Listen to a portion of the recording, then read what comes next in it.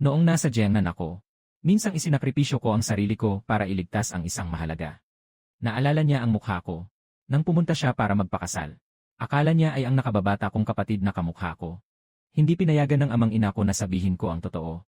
Kahit nasabihin ko pa, hindi pa rin kaya ng prinsipe na pakasalan ang isang babae sa labas. Pero namatay ang panganay na babae sa sakit. Bago siya ikasal. Ayaw ng ama na mawala ang yaman at karangyaan. Gusto niyang ibalik sa akin ang kasal. Akala niya magkamukha kami. Kahit na maging kapalit lang. Kailangan pa rin na mahalin ng prinsipe. Sayang, wala siyang nagawa. Siyang nagagalit. Dahil sa mga taong katulad niya. Bakit siya pa ang namatay? At hindi ikaw. Palagi siyang malamig sa akin. At hindi rin naniniwala sa katotohanan na sinasabi ko. Nabuhay muli ako noong kasagsagan ng kasunduan ng prinsipe. Nakaluhod ako sa harap ng aking tunay na ina. Upang maiwasan ang mga pangarap na mahahaba sa gabi. Mabuti pang ayusin na ng ina ang aking kasal. Nagtaka ang aking stepmother sa isang saglit. Bakit bigla mong naisip ang bagay na ito? Sa katunayan, ilang araw na ang nakalipas. Ayaw kong bumigay kahit na anong mangyari.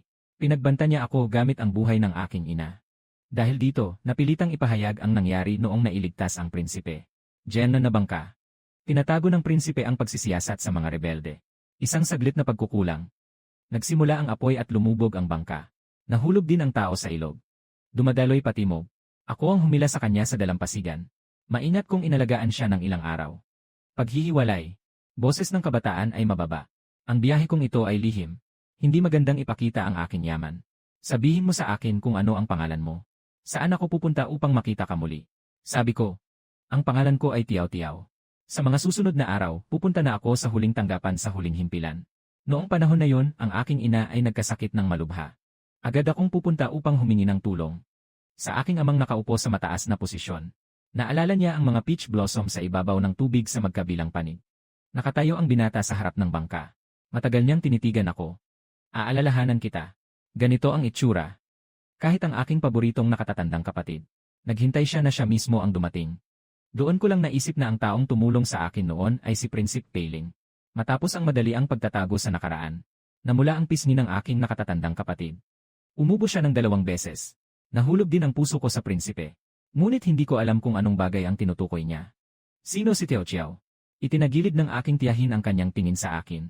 Alam niya, si Tiao Tiao ang aking palayaw. Matapos ang pagkilala sa pamilya, pinalitan ko ang aking pangalan ayon sa aking ranggo. Ikaw, hinahaplos niya ang mahahabang buhok ng kanyang nakatatandang kapatid. Simula ngayon, ang palayaw mo ay magiging Tiao Tiao. Pinipilit akong ibulala sa kanya ang lahat ng detalye. Sakto, mahina ang katawan ng nakatatanda. At nagkasakit siya sa labas ng 2 taon. Nang matapos pakinggan ni Peiling ang kanyang sinasabi. Tiwalang-tiwala. Pumunta upang humiling ng pahintulot sa kasal. Kasiyahan, lahat ay akma. Ngunit ako lamang ang labis. Sa huli, magiging pasanin. Nagbalik sa katinuan ang ina. Matalino ka. Pipiliin ko para sa iyo ang isang mabuting pamilya. Maghanda ng ilang gamit pang aliw. Pagkatapos ng kasal. Dala mo na ang iyong ina pabalik sa Jeongnam. Huminga ako ng maluwag. Bumaba ang ulo ko at sumagot ng sige. Kailangang maitatag agad ang aking kasal. Dito ako mananatili sa Beijing. Hindi mapakali ang amang ina ko. Pangalawa, ilang buwan na lang mula nang pumanaw ang nakababatang kapatid na babae. Mahina ang katawan niya mula pagkabata. Mainat at puno ng pag-aalala. Pagkatapos, buong puso siyang ibinigay kay Peiling. Mas mainat si Peiling sa kanya. Kaya't lalong siyang nasasaktan. At natatakot na mabunyad. Laging kinakabahan. Dahil sa sakit na lamig, hirap siyang makalakad sa kama. Matapos pumanaw ang pangunahing babae sa pamilya. Si Peiling ay nalungkot ng ilang buwan. Ayaw ng ama na mapalampas ang pagkakataon na maging kahalili sa trono. Nang makita na kamukha ko siya, inilagay niya ako sa harap. Prinsipe, para sa pagkamatay ng iyong kapatid na babae, labis ang sakit. Pumunta ka at aliwin siya. Makipag-usap upang maibsan ang pangungulila. Mabuti na rin yon. Ngunit nagkamali siya sa kanyang isip. Naniniwala si Peiling na sinasadya kong gayahin ang aking nakatatandang kapatid na babae. At iniisip niyang sinasadya kong makisama sa kanya, na may balak na makipag-ugnayan sa mataas na katayuan. Sobrang napupot siya sa akin. Kahit para sa aking hitsura. Napilitang sumang-ayon na pakasalan ako. Wala namang kahit anong damdamin. Sa gabi ng kasal, masaya niyang inangat ang aking pulang belo. Tiningnan niya ako ng ilang sandali. At may pang-uuyam na hinila ang kanyang labi. Patay na ang asawa na aking pakakasalan. Ikaw naman ay buhay pa. Dahil magkamukha ang mukha nila. Bakit ang namatay ay siya? Hindi ikaw. Binato niya nang walang pakialam ang pulang veil. Itinakda ang sukat ng kasiyahan. Noong gabing iyon, ninakaw niya ang aking mga mata. Bawal akong tuminala sa kanya. At hindi rin ako pwedeng sumigaw. Pinagdaanan ko ang ilang buwan ng pag-iisa. Nagpumilit akong tanungin siya. Kung sakaling sabihin ko na ako ang nagligtas sa'yo noon. Tao rin ako na may pangalang Tiao-Tiao. Buhay pa ang tao, kaya nating harapin ang katotohanan. Yung namatay ay nasa kanyang puso na perpekto at walang kapintasan. At saka, 3 taon na ang nakalipas mula noong nangyari yon. Hindi na rin masyadong malinaw ang alaala. Kaya kong sabihin. Hindi naman mas malinaw kaysa sa paglalahad ng tunay na kapatid kong babae. Nang pakinggan ni Peiling, namutla ang kanyang noo. Biglang pinukol niya ng malakas na sulyap ang mesa. Nakalat ang mga dokumento sa lupa. Ang kanyang boses ay malamig. Umaasa sa pagkakahawig sa kanya ng kaunti. Nakuha ang kayamanan at katayuan. At iyon na yon. Kailangan pang agawin ang mga bagay na ginawa niya. Sobrang marumi naman iyon. Noong araw na yon, pinatawan akong magmakaawa sa mga baitang. Mabuhos na ulan ang tumatama sa bubong. May mga tao na dumadaan. Walang may lakas ng loob na tumingin sa nahihirapang prinsesa. Walang may lakas ng loob na lumapit para magbigay ng payong. Basang-basa ako mula ulo hanggang paa. Walang lakas na nahulog sa harap ng kalsada. Mula sa labas, malamig hanggang sa kaibuturan ng puso. Dahil dito, nagkasakit ako ng malubha. Nawala ang bata sa aking sinapupunan. Nang magising ako, tanging ang katulong na lang ang natira sa tabi ng aking kama. Mayroon siyang mukhang naguguluhan. Maingat niyang ipinaabot sa akin. Dahil malapit na ang anibersaryo ng kamatayan ng buwan. Walang sinuman sa silid ng prinsipe ang naglakas loob na makialam. Sa galit ng prinsipe, kahit ang mga opisyal na nag-ulat ay pinalayas din. Hindi mo pa alam, prinsipe. Nakahiga ako na nakaharap sa bintana. Luha ko'y dumadaloy sa pisngi hanggang sa damit. Sobrang nagsisisi ako. Kung maaari lang bumalik ng ilang taon, mas pipiliin kong hindi na siya kailanman nakilala. Kung ilang buwan lang ang nakalipas, hindi ko sana siya pinakasalan. Binigyan ako ng aking amang may lupa ng ilang larawan ng mga batang lalaki. Lahat ay may talento at maganda ang ugali. Mayroon ding mga nakapasa sa pagsusulit. Ngunit hindi sila mga opisyal sa Beijing. O kaya'y malapit ng ilipat sa ibang posisyon. Tunay niyang hangad na maghanap ng mabuting lalaki para sa akin. Hindi lang dahil alam niyang magpakumbaba ako. Kundi pati na rin dahil may mga bagay na kailangang umasa si ate sa akin. Ano ba talaga ang ginawa mo sa kanya noong araw na yon? Walang kulay ang mukha niya. May amoy ng gamot na mahina sa kanyang katawan. Pero pag napag-usapan si Peiling, nananatili pa rin ang ningning sa kanyang mga mata. Sinusubukan kong alalahanin na ang aking amang ina ay malubha ang kalagayan. Sa panahong iyon, kakulangan ang pera. Maaari akong magluto ng ilang mangkok ng puting lugaw para sa kanya. Ngumiti siya at sinabi na walang lasa. Noong panahong iyon, bata pa at matigas ang ulo. Namula ako sa hiya. Kapag may sakit, mas gusto talagang kumain ng magaan. Wala ring magandang tsaa. Tanging ang matagal nang nakatambak na Minhao Longjing na lang. Hindi siya sanay dito. Nagreklamo ako na siya na masyadong spoiled. Isinusulat niya isa-isa. Oh. Kaya sinabi ko. Noong panahong iyon, akala ng lola ko na wala akong alam. Ninakaw ang pera at pagkain. Pinahirapan ako. Kaya nagdulot ito ng ganitong kahirapan sa buhay. Walang butas ang kanyang kwento. Lahat ng bagay ay may makatwirang paliwanag. Ngunit hindi ito totoo. Kapag pinagsama-sama, puno ito ng mga butas. Ayaw ko na ring isipin pa ito. Sa nakaraang buhay, ganito siya talaga nakapanloko kay Peiling. Nakatapos na makinig ang nakatatandang kapatid na babae. Ipapakita ko sa kanya ang larawan ng magiging asawa sa hinaharap. Papalitan niya rin ng tingin. Tinanggap niya si Fan Jiang. Walang interes. Ang mga taong ito, lahat sila, kahit pagsamahin, ay hindi makukumpara sa isang hibla ng prinsipe. Tumingin siya sa akin ng taas ang ulo. Na may bahagyang pagsusuri. Kapatid na babae. Sang-ayon ka ba? Walang kahit anong paggalaw sa aking puso. Sang-ayon. Ang dugo ng dragon ng iyong mataas na katayuan ay hindi ko kayang isipin. Ang nakatatandang kapatid na babae ay ngumiti ng bahagya. Kumuha siya ng isang larawan. Ibinigay ito sa aking kamay. Kaya bukas makikita mo siya. Kung magustuhan mo, bago ako ikasal, maari pa kitang ipakasal. Ang kapatid kong babae ang pumili para sa akin. Siya ay ang pangalawang pinakamahusay sa eksaminasyon. May magandang pinagmulan. Ang pangalan niya ay Guzezi. Hindi ko lang alam kung ano ang dahilan. Hindi mananatili sa Beijing para magtrabaho. Ang pag-alis ay hindi naman nakapapahiya sa angkan ng Lu. At makakatiyak din na hindi ako makakabalik sa Beijing sa loob ng 3 taon. Nag-isip-isip ako. At pumayag na. Nagpadala ng imbitasyon ang aking ina. Para makipagkita ako ng pribado sa ikalawang ranggo. Sa mataas na palasyo, ang mga sanga ng willow ay napakarami. Nagniningning na parang lunti ang kulay. Nang siya'y umupo, inalis ko ang aking sombrero. At saka ko nakita ng malinaw. Si Guzi ay napakagwapo. Ang kanyang aura ay seryoso at maayos. Na may kaunting malamig na damdamin, na nagiging dahilan upang hindi siya maliitin. Isang kamay na may malinaw na mga daliri, ay maingat na itinulak ang tasa ng tsaa sa aking harapan. May mga alituntunin ang pamilya Gu. Hindi pinapayagan ang mga lalaki na magkaroon ng pangalawang asawa. Pagkatapos ng kasal, lahat ng mga lupain at negosyo sa aking pangalan ay ibibigay sa iyo upang pamahalaan. Kailangan mong alagaan ang iyong tunay na ina. Maaari rin siyang dalhin dito para tumira kasama namin. Ang aking sitwasyon, alam na pala niya ito noon pa. Ngunit, hindi nagtagal ay kailangan kong umalis ng Beijing. Masyadong madali ang kasal. Natatakot akong may masaktan. Siya ay isang mabuting tao. Nagmumuni-muni, hindi makahanap ng anumang hindi ka nais-nais. Ang pag-aasawa ay talagang nagmamadali. Uminom ako ng tsaa na ibinuhos niya. Bawat salita ay tumutugon. Nagsalita rin ako ng ilang bagay na hindi sinabi ng aking tiyahin. Halimbawa, marunong akong medyo maggamot.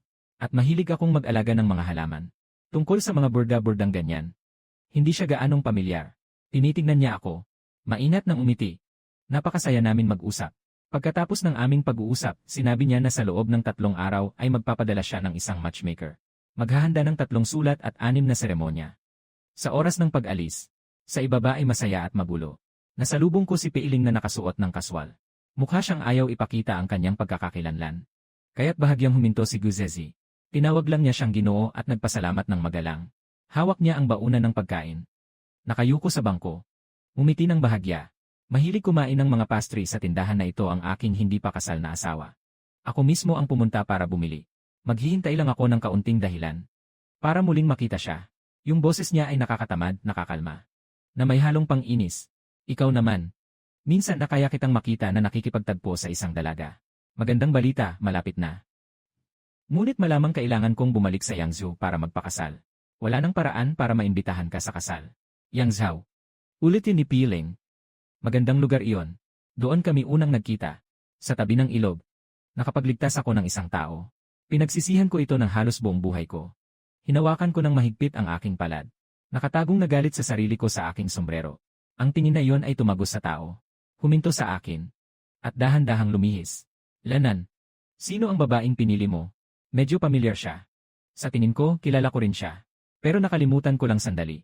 Kung si Premier Lu ay magpapakasal sa anak niya, hindi magtatagal malalaman na ng buong Beijing. Malinaw na ang aking angkan, hindi na kailangang itago pa. Sumagot si Guzezi nang walang pag-isip. Lufang ng Beijing. Sa sandaling lumabas ang mga salita. Parang huminto ang paligid. Nagtaka si Peiling.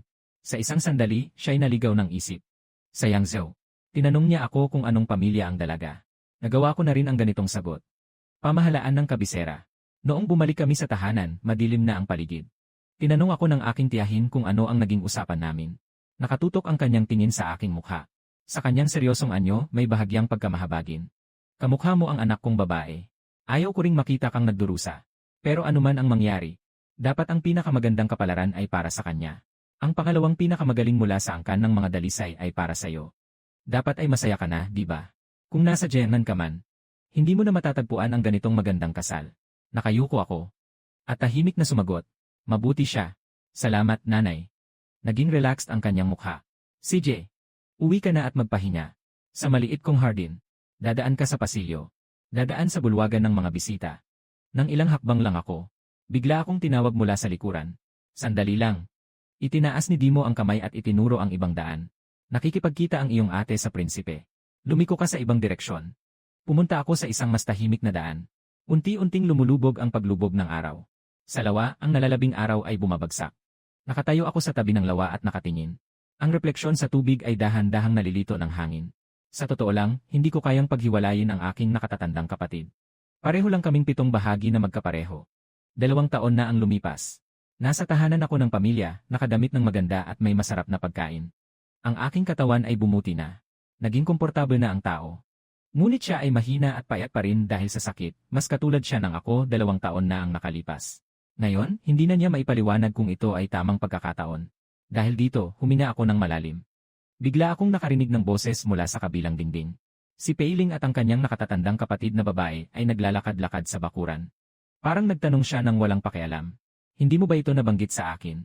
May kapatid kang babae na kasing edad mo. Nagtaka ang nakatatandang kapatid. Medyo naging matigas ang tono. Nasa Jiangnan ako para magpagaling. Hindi ako masyadong pamilyar sa mga kapatid sa bahay. Wala rin namang masyadong pag-usapan. Hindi nagsabi si Peiling. Hindi rin siya tumanggi. Ngumingiti lang ng bahagya. Parang tinutukso. Mas masarap ang tsa ngayon kaysa noong ikaw ang nagluto noon. Nanghihiyang nakababatang kapatid na babae. Mas mababa ang boses. Noon ay hindi pa alam. Nanililin lang siya. Hanggang doon lang sa malinaw na Longjingtie. Masyadong maayos ang kanyang pagsasalita. Ayaw kong makinig pa. Nakayuko, nag-iingat sa mga paa. Tahimik na umalis. Pagdating ng gabi, nagsindi ng ilaw sa bahay. Matagal nang umalis si Peiling. Naglilingkod ako sa aking ina. Inumin mo ang sabaw. At tinulungan siyang makatulog. Matagal na siyang hindi nakikialam dahil sa sakit. Ngunit nag-alok ng kasal ang prinsipe sa kanyang tagapagligtas. Ang ganitong malaking bagay ay tiyak na maririnig. Namumula ang kanyang mga mata. Napakalayo. Ako ba ang nagdulot sa iyo ng sakit na ito? Ikaw ang nagligtas sa tao. Noong panahong iyon, mabilis ang agos ng tubig. Ikaw lamang ang naglakas loob na tumalon sa tubig para iligtas siya. Nakatakot iyon sa akin ng ilang araw. Sinasabi ko sa kanya na huwag mag-alala, hindi siya pabigat. Sa nakaraang buhay, alam kong hindi sapat ang aking pagkatao. At marami pang hadlang. Kaya't naisip kong huwag na lang makilala siya. Hindi lang siya ang aking nailigtas. At hindi ko kailanman inisip na makakakuha ng malaking benepisyo mula sa pagligtas sa buhay. Sa kalaunan, kahit na alam kong malalim ang kanyang pagmamahal, naiintindihan ko rin na hahanap siya ng kapalit. At makakapagsalita siya ng masama sa mga inosenteng tao. Talagang hindi siya mabuting tao. Kaya wala akong dapat ikalungkot. Malapit na rin akong magpakasal. Nagtanong ako tungkol sa pamilyang iyon. Malinis ang kanilang reputasyon. Sila ay nagsasabi ng totoo para sa mga tao kaya hindi sila nagiging opisyal sa Beijing. Isa siyang napakabait na tao. Kahit na walang ugnayang emosyonal. Hindi niya ako pababayaan. Inilagay ko ang mangkok ng gamot. Tumingin ako sa kanya at mumiti. Mabilis. Malapit na tayong umalis sa kabisera. Kinabukasan, dumating ang Gu family upang mag-alok ng kasal. Ang tagapamagitan ng lalaki ay ang kagalang-galang na Taifu. Hindi alam kung paano nakuha ni Guzi ang kanyang pahintulot. Mahalaga sa kanya ang usaping ito. Siya ang kanyang ina at ama. Aking kasal. Itinakda sa pinakahuling magandang araw. Na may paggalang sa mga tradisyon at seremonya. 10 araw mula ngayon, isuot ko ang aking kasal na damit. At sasama sa kanya sa labas ng lungsod. Ang damit pangkasal ay ginawa na ng mga mananahi sa bahay. Ako na lang ang magtatapos ng aking belo. Bawat tahi ay dahan-dahang pinapanday. Ganap na iba na ang aking kalooban kumpara sa nakaraang buhay. Noong panahong iyon, puno ako ng pagkabahala. Dahil bago ang kasal, tuwing nakikita ako ni Peiling, palaging masama ang kanyang mukha. Sa araw ng huwazhaw, umulan ng malakas. Iniwan niya ako. Ang mga nilutong kakanin ko. Itinapon niya na parang basura. Nakita ng ama ang sitwasyon. Sinabihan akong huwag nang lumapit pa. Nais ko sanang mapasaya ang kanyang kamahalan. Ngunit ngayon ay nagdulot ako ng inis sa kanya. Naging kabaligtaran ito. Pinapahanap niya muli ng aking tunay na ina. Dahil sa wakas ay magiging tagapagmana na ako. Kahit hindi ako mag-asawa ng prinsipe, dapat ay makapag-asawa ako ng mayamang pamilya. Kaya't dumalo ako sa maraming salu-salo. At nakilala ang ilang mga anak ng mga kilalang pamilya. Ngunit sa harap ng maraming tao, ang prinsipe na mayaman at malamig, ay biglang nagbago ang mukha at naging napakamasungit. Hinatak niya ang aking pulso. At dinala ako sa likod ng artipisyal na bundok. Sang-ayon na akong pakasalan ka. Hindi kita papayagang ikasal gamit ang mukha na ito sa iba. Ginawa ko ang sarili kong kapalit. Nakakahiya at nag-iisa. Pero ayos lang. Hindi na magyayari ang ganitong araw. Bago ang kasal. Marami rin akong natanggap mula kay Guzezi. Mga maliit na bagay na hindi kasama sa mga regalo sa kasal. Minsan ito ay mga medical na aklat. Minsan ito ay mga perlas ng bulaklak. Ito ang aking mga paborito. Lahat ng ito ay nasa aking isipan. Ang medical na aklat ay isang bihirang kopya. Siguradong mahirap itong makuha. Tinanong ko siya. Ngunit ayaw niyang magbigay ng karagdagang impormasyon. Kayo ay mag-asawa na hindi pa kasal. Basta't makapagpasaya sa iyo ang mga bagay na ito. Lahat ng pagsisikap ay sulit. Kahit ang nakatatandang kapatid na babae ay medyo naiinggit. Nang makita niya akong nagtatanim ng mga bulaklak, nakapagkahawak ng palayo, parang nawalan ng gana. Ganito ang buong puso kong pagtutok. Hindi kailanman nag-alala ang prinsipe para sa akin. Hindi ba? Sa buhay na ito, tanda niya ang mga gusto niya. Sa nakaraang buhay. Matapos siyang pumanaw, nagsimula si Peiling na malumbay ng matagal. Nagsuot siya ng simpleng damit sa loob ng ilang buwan. Hayaan siyang ilibing ng may karangyaan tulad ng isang prinsesa. Sa kahit anong paraan. Ito ay may tuturing na isang pabor. Hindi ako mahilig sa matatamis. Ngunit siya ay palaging nagbibigay ng matatamis. Hindi ko gusto ang berde. Ngunit sa palasyo, ibinibigay ang mga balabal. Ngunit ito lamang ang kulay na kanilang ibinibigay. Minsan lang akong makalabas. Kasama siya sa pamimili ng alahas. Puro ginto lang ang pipiliin niya para sa akin. Sabi niya, puno ng emosyon. Unti-unting nagiging masigla ang boses. Unti-unting namumula ang mga mata. Nakatungo, umubo ng matagal. Pabulong na nagsasalita. Halos hindi makabuo ng pangungusap. Sige, sabihin mo. 3 araw ka lang kasama siya.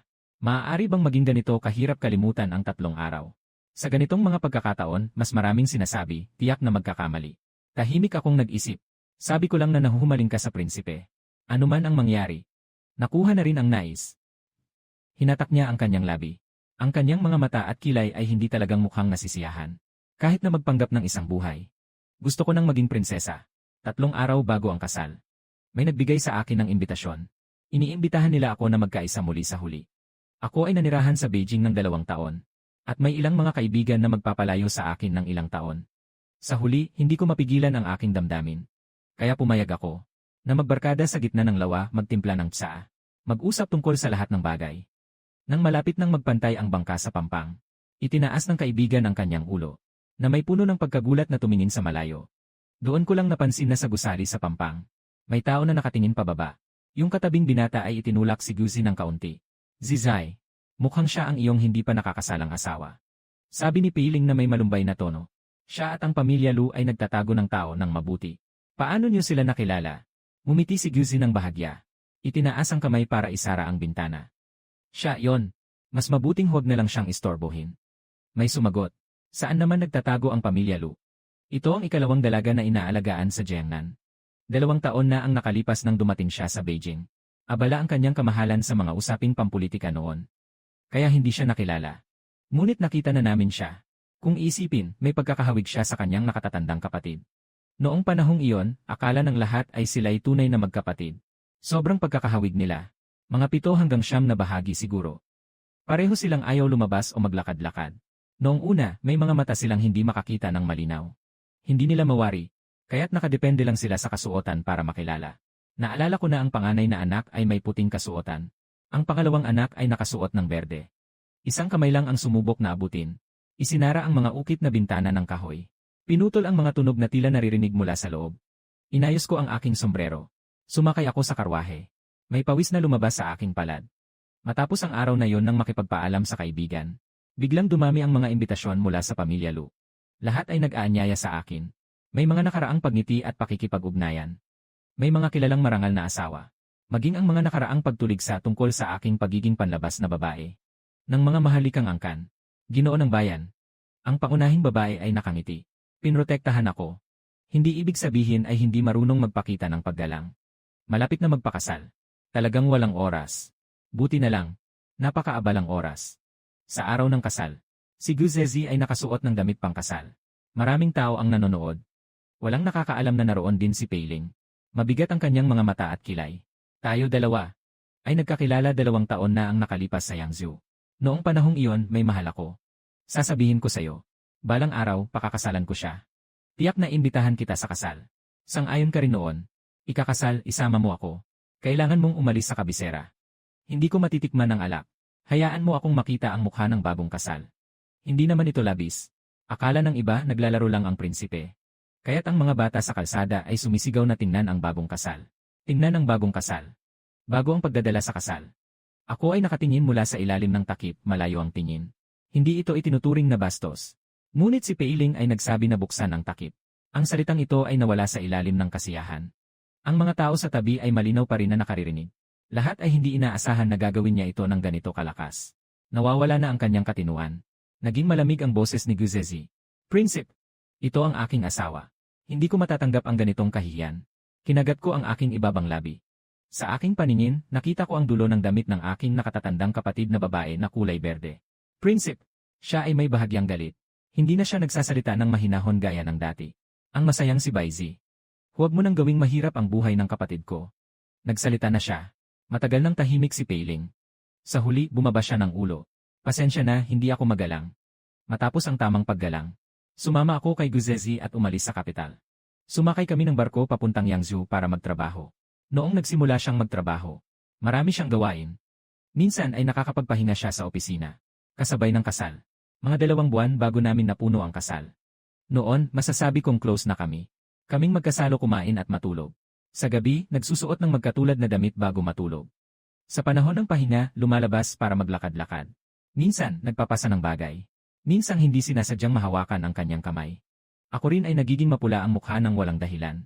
Maingat na hinawi ni Guzezi ang takip ng balabal gamit ang isang masayang timbangan. Ang kanyang mukha ay napula dahil sa ilaw ng dragon at phoenix na kandila. Ginoo, ang boses na yon. Ay banayad. Na may ngiti. Paano kita tatawagin sa susunod? Nagtaka ako. Ang pangalan ko ay Luyon Pei. Na ginamit ko sa loob ng 2 taon. Hindi ko ito gusto. Maganda ang pinangalan sa akin ng ina ko. Tiao Tiao Bihua. Tiao Tiao Kian Yuxing. Ito ay mga salitang naglalarawan ng masaya at magkaugnay na puso. Sayang, noong nasa Beijing na kami, hindi na magagamit ito. Medyo masakit ang lalamunan ko. Sige, tawagin na lang. Tiao Tiao, ayos ba? Mainat niyang binaba ang timbangan. Kinuha niya ang usapan. Medyo nagulat ako. Nabigla akong sumagot ng maganda. Napakahaba ng gabing ito. Nagsalita kami ng maraming. Kaya nalaman ko na dapat talaga kaming magkakilala. Unang beses, masigabong ang kanyang batang kapatid. Nadulas at nawala ang mga alaala ni Queen Mother. At swerte naman na nasagip ko. Noong ikalawang pagkakataon na nagkaproblema si Peiling, sumama siya sa kanyang ama upang tumulong. Unang beses siyang pumasok sa maliit kong hardin. Pero palagi kong hindi napapansin siya. Habang abala ako sa paghahanap ng asawa, tadhana ang hindi nagsasawa na magtagpo kami muli. Napakasaya ko sa Yangzhou. Ito ang aming bayan na pamilyar mula pagkabata. May pera na kami. May mahusay na doktor. At araw-araw ay masaya ako. Masaya rin ang aking ina. Unti-unting gumagaling ang sakit. Dito naganap ang pagbabago. Nakatanggap ako ng liham mula sa Beijing. Ito ay isinulat ng aking tiyahin. Sa wakas, nagduda si Peiling. Inanyayahan niya ang kanyang nakatatandang kapatid na magpunta sa gitna ng mga lotus. Sa tabi ng teepon, biglang tinawag si Peiling ng reyna. Naiwan ang nakatatandang kapatid at ang 7 prinsipe na pilit na sumusunod sa kanila. Ang ikatlong prinsipe ay kapatid ni Peiling sa isang ina. Batang pasaway. Habang hinahabol ang isang liblula, nahulog siya sa gitna ng pond. Nagsusumamo at humihingi ng tulong. Ang nakatatandang kapatid na babae ay walang magawa. Natatakot siya at pawis na pawis. Matagal siyang nakatungo bago niya kinuha ang suot at tumawag ng tao. Ngunit pagdating ng manggagawa na marunong maglangoy, ang ika-7 prinsipe ay hindi na nagpilit pa. Maingat siyang umakyat mula sa tubig. Naintindihan niya na. Si Peiling ay nagtatanong. Akala niya hindi ko lang gustong iligtas. Kasi mas mahina na ang katawan ko nitong mga nakaraang taon. Pinayuhan ako ng doktor na huwag malantad sa lamig kahit kaunti. Tumingin si Peiling ng may pangungutya. Hindi talaga naniniwala. Nang una kaming nagkita, nagsimula nang matunaw ang niebe sa Jiangnan. Mabilis ang agos ng tubig. Hindi lang ito tungkol sa pagdampi ng lamig. Wala siyang pag-iisip. Diretso siyang tumalon. Ang kanyang mga salita ay talagang tiyak. Walang awa. Alam niyang wala nang pag-asa na maibalik ito. Nanginginig ang balikat. Umiiyak na parang ulan. Sa kabila ng lahat, perpekto na ito. Bakit mo pinili akong subukin? Pumikit si Peiling. May lungkot sa kanyang mukha. Parang may pagkabagot. Dahil kapag kasama siya, umaasa lang akong dumating ang tagapagligtas ng dahan-dahan. Kasama ka. Hindi ko nararamdaman ang saya. Ang nakababatang kapatid na babae ay tinanggihan. Napahiya. Pagbalik niya, nagkasakit siya ng husto. At nagpasya siyang umalis sa Beijing para magpahinga. Mahirap intindihin ang iniisip ng amang ina. Gusto niyang sisihin ako. Pero ginawa ko ang lahat para tulungan siya. Kung sisihin man, wala na akong magagawa. Ang tanging inisin ay si Peiling na nasabi ng hindi maayos. Kahit hindi niya pakasalan ng anak ko. Maaari na ba siyang makamit ang kanyang nais? Ang pinakatamang ginawa ko ay ang pakasalan ka ng maaga. Wala akong magagawa kundi maniwala. Ang isip ko'y magulo. Nang sumunod na araw, nang personal kong asikasuhin ang tindahan. Narinig ko ang tagapamahala na nagsabi, Ginoo, may isang mahalagang tao mula sa kabisera. Nag-order ng malaking supply. Sabi nila makikipagkita sa'yo. Ang prinsipe ay nag-ikot sa Yangzhou at sa kabisera. Dapat sana ay unang maglabas ng utos. Para maghanda ang mga opisyal ng parada at salubungin siya. Ngunit hindi ito nangyari. Si Peiling ay nag-iisa lang. Tahimik na nakarating sa itaas. Nakasabit ang kurtina. Na humaharang sa mainit na sikat ng araw sa labas.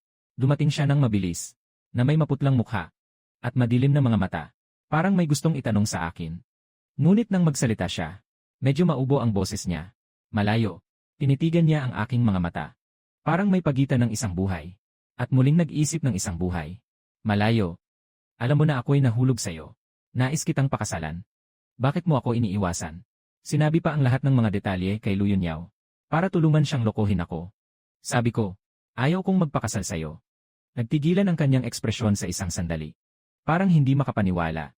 Unti-unting namula ang kanyang mga mata. Noong mga panahong iyon, masaya tayong nag-usap dito. Tiyak na may gusto ka rin sa akin. Ako ay isang prinsipe ng isang bansa. Kayamanan at kapangyarihan. Lahat ng pabor ay maibibigay ko sa'yo. Ano ba ang hindi mo gusto? Alam kong nang maging kasintahan siya ng aking nakatatandang kapatid. Sino sa kabisera ang hindi nakakaalam kung gaano siya kahalaga sa kanya? Ngunit sa mga taon na ako ay naging prinsesa. Walang makuha. Lahat ay may malamig na salita. Sinasabi na ako ay umakyat sa mataas na posisyon sa ibabaw ng aking yumaong nakatatandang kapatid. Ngunit sa panahong iyon, talagang nakapagpahinga na ako.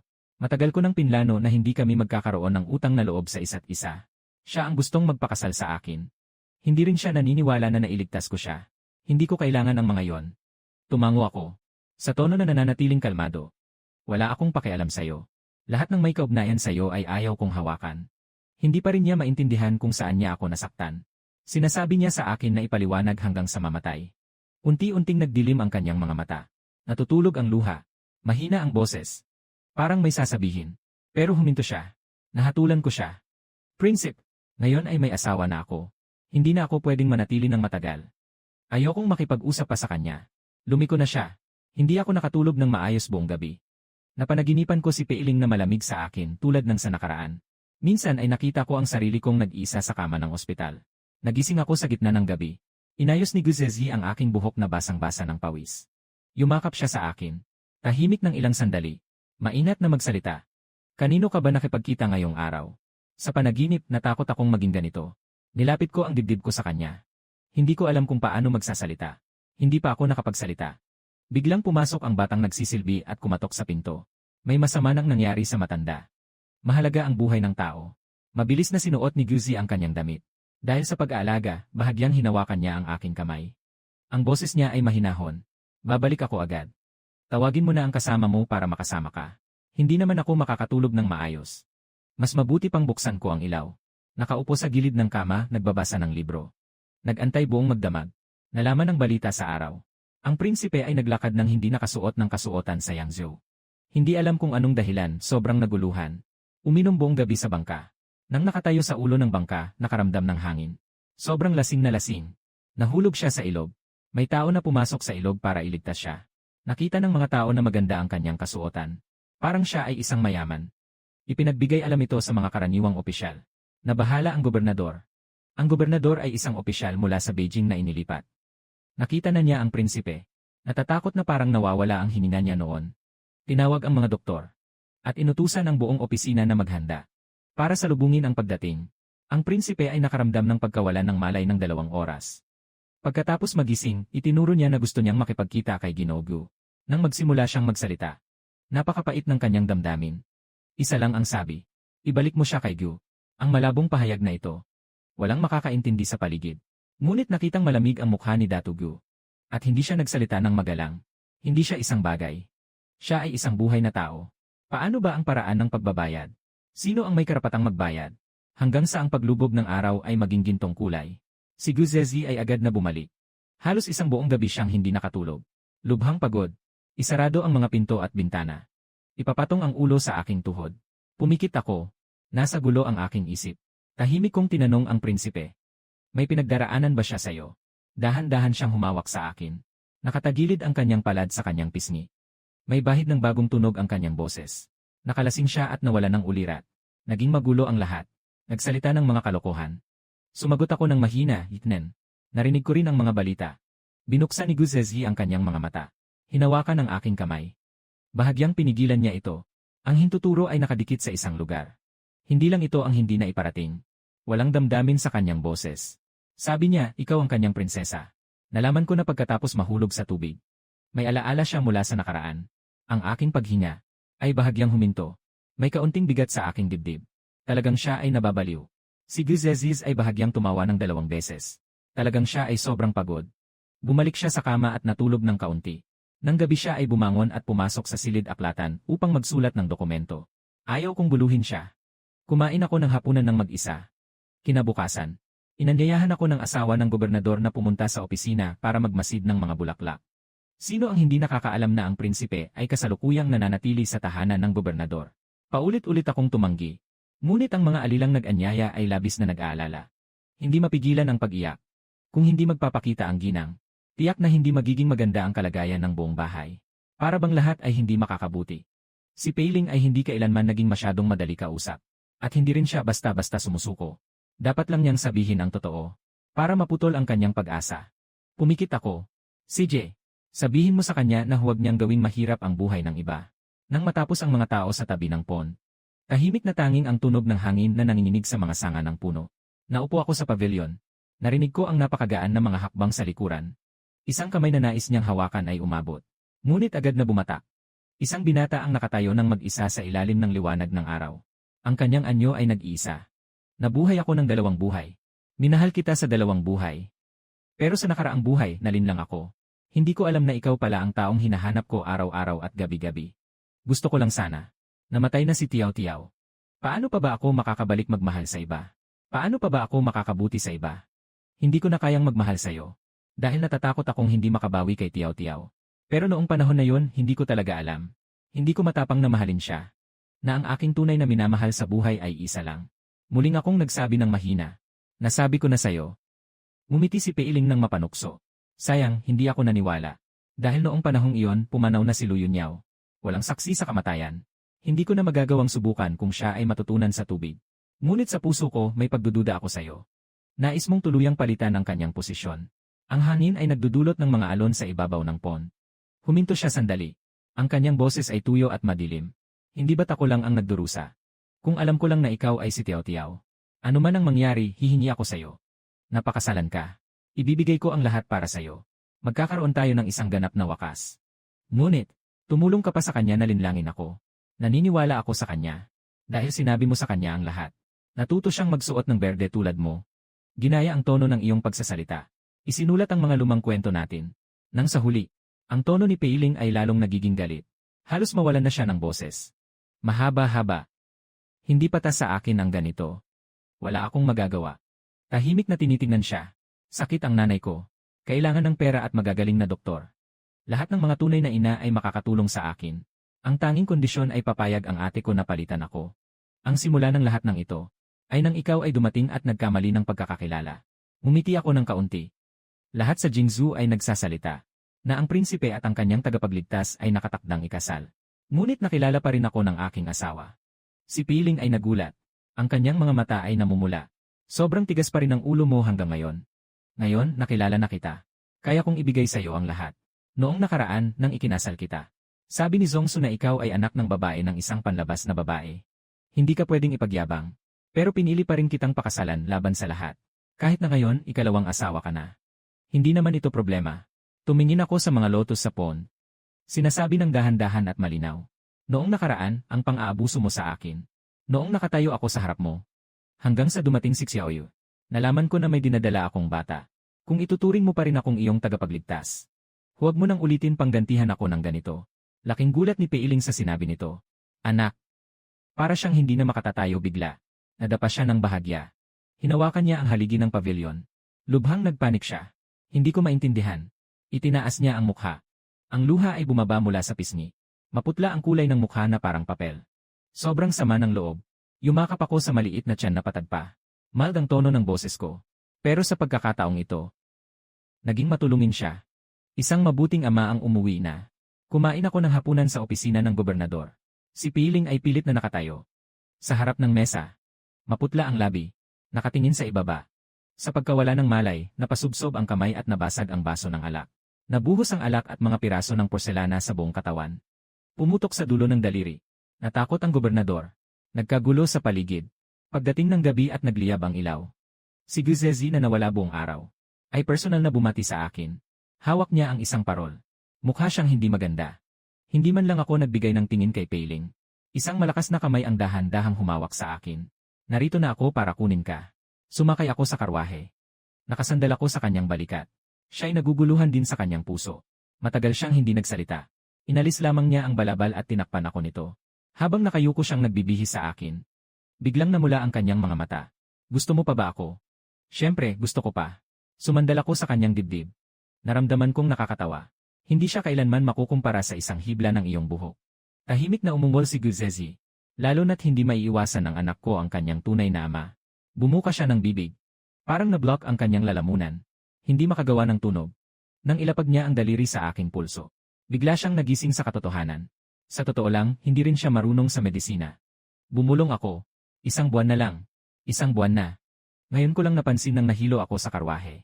Hinalikan niya ako ng napakadahan-dahan. Hindi maikubli ang saya sa kanyang boses. Napakalayo. Sobrang saya ko. Nasa bahay ako at sobrang alaga sa akin. Si Pei-ling ay nanatili sa Yangzhou ng higit sa 10 araw. Minsan ay pumupunta sa templo upang mag-alay ng isang kandilang walang patid. Minsan ay nagbabasa ng mga sutra.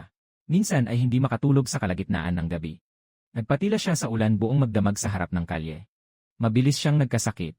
Ang gobernador na nag-aalaga ay walang magawa. Naging mas matanda siya ng ilang taon. Isang araw. Sa malayong kabisera, naglabas ang emperador ng utos na ang prinsipe ay kailangang agad na umuwi sa kabisera. Nalaman ko lang na si Guzezi ay matagal nang nagsusumite ng liham sa kabisera. Bago siya umuwi, pumunta si Pei-ling minsan. Naghatid siya sa akin ng isang bagay. Ito ay ginto na nagkakahalaga ng 10,000 piraso. At ang mga ito ay nasa kanyang pribadong imbakan. Mga napakabihirang kayamanan na hindi ko nakita sa aking nakaraang buhay. Mga mahalagang gamot. Siya ay patuloy na humihina sa kanyang karamdaman. Walang kulay ang kanyang mukha. Ang kanyang labi ay may ngiti na mas mukhang pag-iyak. Ito ay upang bayaran ang iyong kabutihan sa pagligtas sa akin. Noon, talagang kulang ako sa pera. Sobrang mahilig ako sa yaman. Nakuha ko ang perang ito nang walang pag-aalinlangan. Kaya tinanggap ko lahat. Kakaunti lang ang sinabi ko sa kanya. Umalis si Pei-ling mula sa kabisera. Hindi nagtagal. May dumating na utos mula sa emperador sa Yangzhou. Dahil nailigtas ko ang prinsipe. Pinaangat ako at ginawang county princess. At hindi isang consort. Ngumiti lang si Guzezi. Ayos lang din yon. Ibabalik ko ang titulong consort para sa'yo. Ibibigay ko ang mga mamahaling gamot na ibinigay ni Pei-ling sa aking ina upang inumin. Ilang buwan ang lumipas. Ganap na gumaling ang kanyang sakit. Muli siyang nagbukas ng isang klinika. Tulad ng dati, nagtanong siya sa mga pasyente. Hindi siya nagmamalabis sa bayad. Minsan, tumutulong ako sa kanya. Nagtatrabaho hanggang sa lumubog ang araw. Dumadaan si Guzezi para kunin ako. Sa daan, nag-uusap ng mga maliliit na bagay. Nahirapan ka ba ng batang iyon? Hindi. Napakamaayos niya. Kailangan na niyang magkaroon ng pangalan. Kailangan mo ng palayaw. Ang tunay na pangalan ay tama lang. Ikaw, ako, at ang biyanan ay isa-isa. Mag-isip ka ng isang. Paano mo sasabihin? Sasagot ako ng nakangiti. Nang makarating ang balita tungkol sa pagkamatay ni Pei-ling sa Yangzhou. Matagal nang nakalipas iyon. Matapos nilang kanselahin ang kasal na iyon. Hindi na siya muling nag-asawa. Pumunta siya sa Hilaga upang linisin ang mga rebelde. Nakahawa rin ng sakit sa isang misyon ng pagtulong sa mga biktima ng kalamidad. Dahil dito, nagdusa ng walang dahilan. Lahat ay humahanga sa pagmamahal ng prinsipe sa kanyang mga tao. Nagpatuloy ang malawakang paglilinis sa buong bansa. Nihinto rin ang mga salu-salo sa Yangzhou. Nagtagal ito ng mahabang panahon. Ngunit mabilis na dumating ang tagsibol. Ang aking anak na babae ay napakabata pa. Tamang-tama ang oras para kumilos. Nakaasul na palda. Nakapanday ng mga bulaklak ng panahon. Tumatalon sa bukirin. Hindi niya alam ang mga dahilan ng nakaraan. Hindi nakakaalam ng kalungkutan. Maliwanag ang mga mata. Tulad ng isang bagong umaga. Hinipad ng silangang hangin ang nyebe sa dulo ng kilay.